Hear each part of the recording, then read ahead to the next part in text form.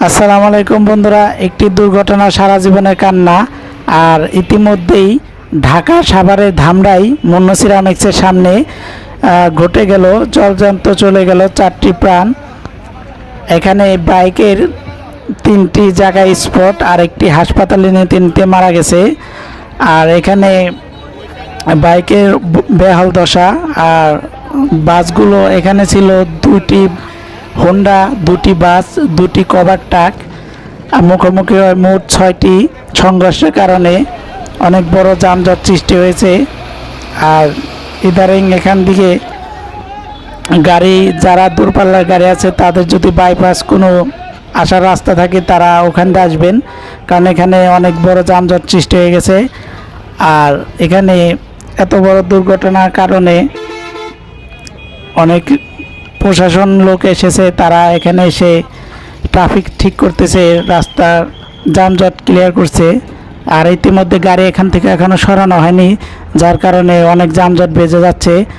আপনারা এখান দিয়ে যারা এই রুট ব্যবহার করবেন তারা আনুমানিক 1টার পর থেকে ব্যবহার করবেন, বা 12টা 1টার পর থেকে ব্যবহার করতে পারবেন। ইতিমধ্যে গাড়ি কয়েকটা সরানো হয়েছে, আর কিছু রয়ে গেছে। এখন আমাদের বড় গাড়ি আসেনি, যার কারণে এটি সরানো হয়নি। আর আপনারা সবাই বলে রাখছি ভাইয়ারা, একটি দুর্ঘটনা সারা জীবনের কান্না। এখানে দেখেন একটু অসতর্কার কারণে ঘটে গেল 4টি প্রাণ চলে গেল। এই প্রাণ আর আসবে না।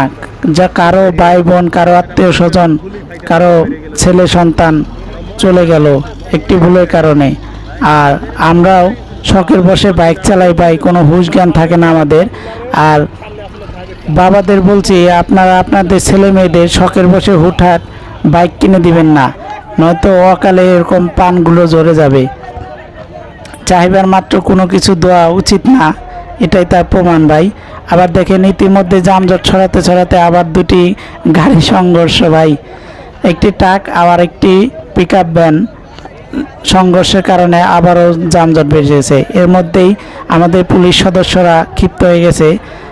এক সিরিংয়ের মধ্যে আবার এসে আরও দুর্ঘটনা দিয়েছে, বাজিয়ে কভার ভ্যান আর ট্রাক পাশের গাড়ির সাথে বাজিয়ে দিয়ে আবার যানজট সৃষ্টি করতেছে তারা।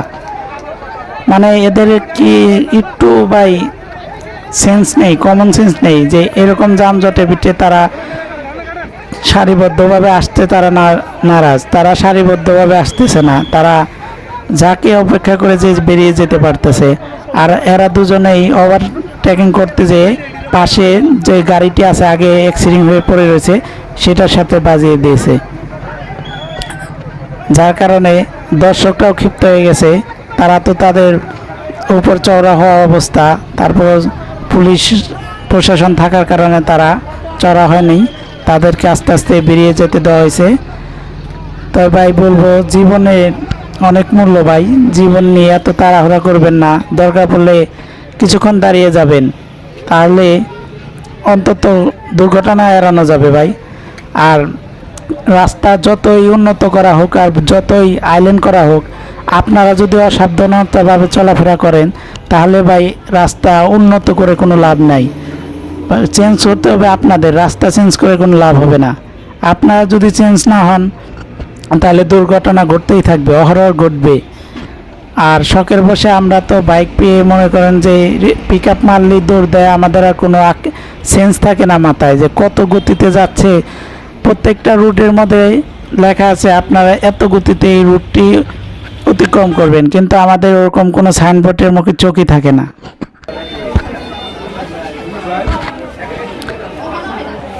এখানে আছে আত্মীয় স্বজন, তারা এসেছে তাদের মরদেহগুলো বুঝিয়ে নিতে। আর এটি হচ্ছে ধামরাই উপজেলা সরকারি কমপ্লেক্স, 50 শয্যা বিশিষ্ট। এখানে 50 শয্যা বিশিষ্ট হাসপাতাল সরকারি। এখানে আশেপাশের সকল এলাকার মানুষ এসে চিকিৎসা নেয়। এখানে আনা হয়েছে ইমার্জেন্সিতে, সেখানে আছে। মরদেহগুলো এখনো নেওয়া হয়নি, আত্মীয় স্বজন এসেছে, তারা কান্নাকাটি করছে, ভেঙে পড়েছে। আত্মীয় স্বজনকে সান্ত্বনা দিচ্ছে মানুষ। এখানে অনেক উৎসুক জনতা এসেছে দেখতে। সবাই দোয়া করবেন তাদের জন্য।